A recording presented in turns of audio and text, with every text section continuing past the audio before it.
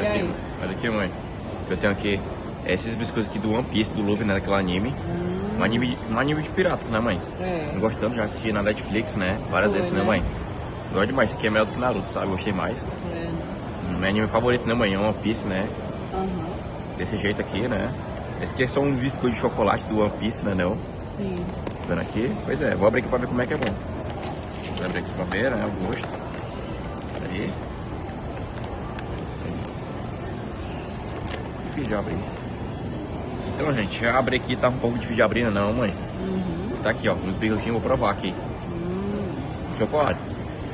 Tá que é bom. Gostou? Quer, mãe? Quero. Pega aí. Obrigada. Tá bom. Biscoitinho de chocolate, né, do One Piece, do Luffy, né? Aprovado? É muito bom, né? Esse aqui. Tem o Luffy aqui, né, mãe? Esse aqui é o navio dele, né, mãe? O navio dele. Até logo, viu, pessoal?